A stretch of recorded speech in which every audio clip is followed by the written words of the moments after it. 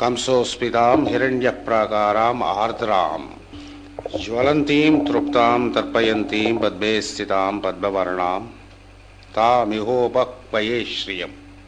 పరమపురుషుడు నారాయణుడు ఎవరిని తన అస్తిత్వముగా ఏర్పరచుకొనెనో అట్టి కిరణమయ ప్రాకార రూపములు గల ఆమెను, రసస్వరూపిణిని, జ్వాలాస్వరూపిణిని, తృప్తి స్వభావమైన సృష్టికి తృప్తి కలిగించు ఆమెను, పద్మముల నిలిచిన పద్మవర్ణమూర్తియగు ఆమెను శ్రీదేవిని నాయందు ఆవాహన చేస్తున్నాను.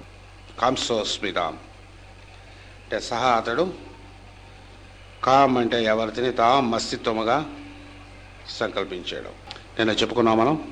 అన్నిటికంటే ముఖ్యమైనటువంటిది మనలో ఉండేటటువంటి తత్వం నేనున్నాను అనేటటువంటిది ఉండటం వల్ల ఈ సమస్తమైన సృష్టి మొట్టమొదటిగా మొదలుపెడుతుందని పెద్దలు చెప్తారు. అదే తర్వాత ప్రభాస అమ్మని వస్తుందన్నాడు.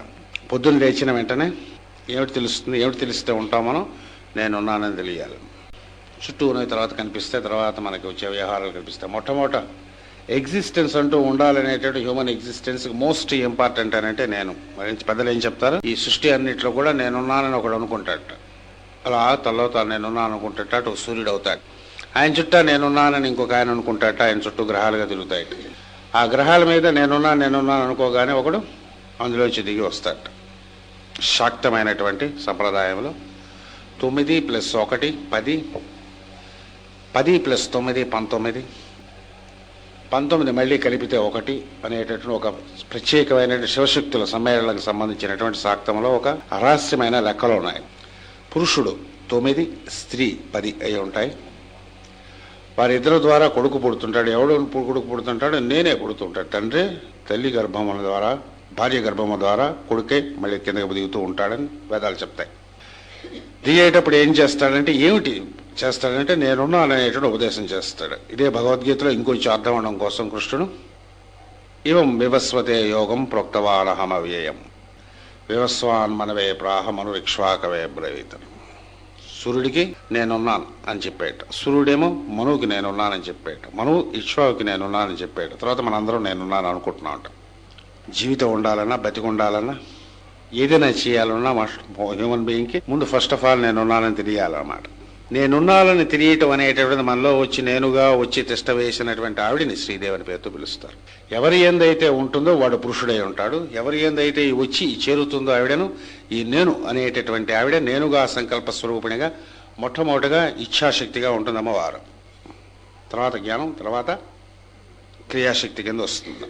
వాటిని శ్రీమద్వాగ్భవకూటైక స్వరూపముఖభంగజ కంఠాదికడి పర్యంత మధ్యకూట స్వరూపిణి శక్తికూటైకతాపన్న కచ్చదో భాగదారిణి అని ఇంకొక రకంగా చెప్తాను. మొట్టమొదట నేనున్నానని ఉండాలి. ఏదైనా పని నేను చేయాలని అనుకోవాలి. ఏదైనా చదువుకోవాలని అనుకోవాలి. ముందు సంకల్పం పుట్టాలి. ఈ సంకల్ప స్వరూపిణి అయి నేనున్నాననేటువంటి ఎగ్జిస్టెన్స్ హ్యూమన్ బీయింగ్లోకి దిగి వచ్చేటటువంటి ఎవరైతే ఏదైతే శక్తి ఉంటుందో, ఆ మహాపరాశక్తి ఏదైతే ఉంటుందో ఆవిడను నేనని పేరుతో మనం పిలుచుకుంటూ ఉంటాం. ఆవిడ పురుషుడనేటటువంటి వాడు నిత్యం పొందుతూ ఉంటుంది. వాడిని ఎవడు? నారాయణుడే పురుషుడిని. లోపల ఉండే నారాయణుడితో ఆవిడ నేనున్నానని పక్కన అంటూ ఉంటుంది. కాబట్టి వ్యవహారాలే ఉంటాయి. అవి లేకపోతే ఏమి లేదన్నాడు. దీనే శైవ సంప్రదాయంలో చెప్పేటప్పుడు శివుడు బెల్లం కొట్టిన రాయిలాగా ఉంటాడు. అక్కడ లింగంలా ఉంటాడు, ఏమి ఉండదు అన్నాడు. అన్నపూర్ణ రావాలి. తిండి పెట్టాలంటే తల్లి ఉండాలి. మనం పుట్టాలంటే తల్లి ఉండాలి. పురుషుడు ఎవడో పుట్టించడంతవరకు లేదన్నాడు.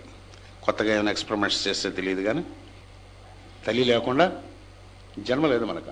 తల్లి ద్వారా దిగి వచ్చినటువంటిది, తల్లిలో పురుషుడుగా ఉండేటటువంటిది, పురుషుడు తల్లిగా మారినటువంటిది ఏదైతే ఉన్నదో ఆవిడ ఏమిటి ఉంటుందో అస్మితాం అంటారు. చాలా అర్థం ఉన్నటువంటి మంత్రం ఇది అస్మితాం అనేటువంటి.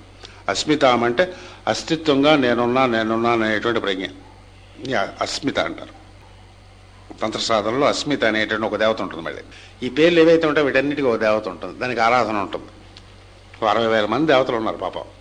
నేను 3 కోట్లు అంటే మనకి ఆరాధనలు కనిపించే ఒక 60,000 దాకా కనిపిస్తాయి ప్రతిదానికి. అస్మిత ఆ పేరు మంచిది అన్నాడు. ఏం చేస్తుంది? సంకల్ప స్వరూపిణిగా లోపల ఉంటుంటే ఎలా ఉంటుంటే ఈవిడ హిరణ్య ప్రాకారం అంటే బంగారు వన్నె కలిగినటువంటి కిరణాలతో చెట్టు చేయబడి ఉంటుంటే లోపల బంగారు తల్లి సూర్యుడి దగ్గర నుంచి మనలోకి దిగి వచ్చేటటువంటి శక్తి ఏదైతే ఉంటుందో ఆ శక్తిని ఆత్మ పదార్థంగా చెప్తారు. నేనున్న ప్రజ్ఞగా చెప్తారు. ఇంగ్లీష్లో స్పిరిట్ అనే పేరుతో ఏదో చెప్తారు. ఆత్మ అంటే ఏమంటే నేనున్నాను. ఎలాగుంటుంది ఈవిడని అంటే గాలి పిలుస్తూ వదులుతుండగా లోపల హృదయం అనందు జపం చేస్తూ ఉంటుంటే ఈవిడ ఏమని, ఆవిడ మొట్టమొదటి బీజాక్షరం ఆయన యొక్క బీజాక్షరం అదేంట, ఆవిడ యొక్క బీజాక్షరం అదేంట. శివుడు పార్వతి అర్ధనారీశ్వరుడు అంటారు, ఒకచోటే ఉంటారట. శివుడు గారు ఏం చేస్తారు, ఏం చేయరండి అన్నాడు. ఒకరోజు చూస్తూ ఉంటారండి అన్నాడు. ఏం చేయడం ఆయనకి. శివశిక్షాయుక్తో యది భవతి శక్త ప్రభవితం శంకరాచార్యులు వారు చెప్పారు. శివుడు ఆవిడ శక్తిగా లేకపోతే చెయ్యి కూడా లేపలేట. చక్కగా చెప్తారు ఆయన. రోజు చదువుతుంటాం మనం. శివశిక్షాయుక్తో యది శక్త ప్రభవితం. ఆయన శంకరాచార్యులు వెళ్తున్నట్ట, నడుస్తుంటే అలసిపోయారట ఆయన. చెప్తారు కథ. ఇతరప్పుడు ఏమి ఆ మాత్రం శక్తి లేదా అన్నాడు. అనగానే శివశిక్షాయుక్తో అని పెట్టి 100 శ్లోకాలు చెప్పాడు ఆయన. శక్తి లోపల ఉంటుంది. శక్తి ఏమిటి శక్తి అంటే, అమ్మవారి శక్తిగా ఆలోచిస్తాం. ఇవాళ పరమ పవిత్రమైనటువంటి దినం, అంటే అన్ని రోజులు మంచివే. ఈ రోజు రాత్రి యందు అష్టమి గడియలు వస్తాయి.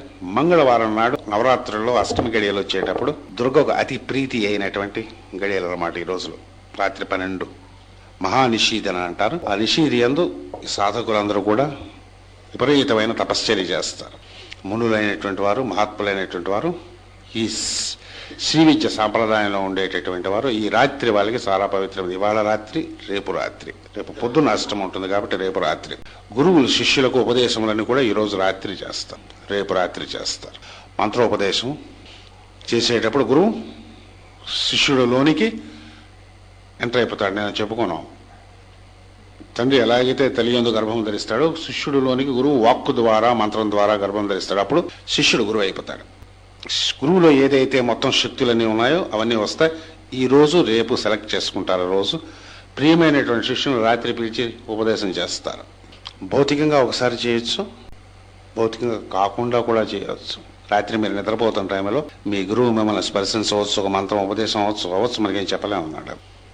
క్లియర్ కట్గా ఉంటుంది, అనుమానం అంబిగ్వస్గా ఏముండదు. ఒక్కొక్కసారి పరమగురు అని ఇంటికి నడిచి వస్తారు, చెప్పలేం ఏమిటవుతుందో చెప్పలేం. ఒకసారి ఏమీ కాకపోవచ్చు. అంటే మనకి ఇంకా టైం రాలేకపోతే ఏం కాలేదు, మనం ఇంకా జపం చేసుకోవాలి, ఇంకా కొంచెం సాధన చేసుకోవాలి లెక్క అనమాట. దీనికి దానికి కంగారు పడకూడదు, దీనికి కంగారు పడకూడదు. మామూలుగా ఏం చేస్తారంటే 2 రకములైనటువంటి సాధనలు ఉంటాయి. చిన్నప్పటి నుంచి కూర్చుని జపం చేసుకుని, గగాయత్రి మంత్రం నేర్చుకుని, ఉపనయనం చేసుకున్న తర్వాత అగ్ని కార్యాలన్నీ చేసుకుని, ఆరాధనలు చేసుకుని, ఇవన్నీ నేర్చుకుని ఇవన్నీ చేయటం అనేటువంటి ఒక ఆరాధన ఉంటుంది. అలా కొంతమంది చేసి మహాత్ములు అవుతారు. శ్రీ ఉపాసన రోజుకి 4 గంటల సేపు అవుతుంది. శ్రీచక్రార్చన 11 దీక్షలో మొట్టమొదటిలో పాలు పేలాలు తిని ఒక 3 ఏళ్ల పాటు తపస్సు చేసి ఇవన్నీ చేస్తారు. ఇవన్నీ ఒక ఎత్తు. గురువు కానీ అనుగ్రహం ఉంటే ఒక క్షణంలో సమస్తమైన విద్యలు ఇవ్వగలడు. మనకి దానికి సంబంధించినటువంటి కథలే మనకి ఆదిపర్వం అనందు ఉంటాయి. ఉపమన్యువు కథ మేషాచేత ఎప్పుడైనా చెప్పించుకోవాలి. ఉదంకుని యొక్క కథ, తర్వాత 3వవాడు ఎవడున్నాడు, ఆరుడు అనేటటువంటి కథ. 3 కథలు ఉంటాయి. మొట్టమొదట తెలుగు భారతంలో ఎత్తిశారు. అన్నయ్య తిక్కన వాళ్ళకి గురువుల మీద పెద్ద ఇంప్రెషన్ లేదు కాబట్టి వ్యాసుల వారు రాసినటువంటి మన తెలుగు భారతంలో ఉండదు పాపం. అన్నయ్య గారు ఎందుకు వెళ్ళి ఎత్తిశారో అర్థం కాదు. లేదు, సంస్కృతంలో అంచేత మాస్టర్ లాంటి వాళ్ళ చేత చెప్పించుకోవాలి. ఎప్పుడైనా క్లాసులు పెట్టుకున్నారు, రఘువంశము ఇట్లాంటి మంచి మంచివి చెప్పించుకోవాలి, జీవితం ధరించాలంటే. ఏం చేస్తాడు, గురువు టెస్ట్ పెడతాడు. ఆ కథ చెప్పుకుందాం సరదాగా ఎలా ఉంటుంది. గురువు టెస్ట్ పెట్టింది.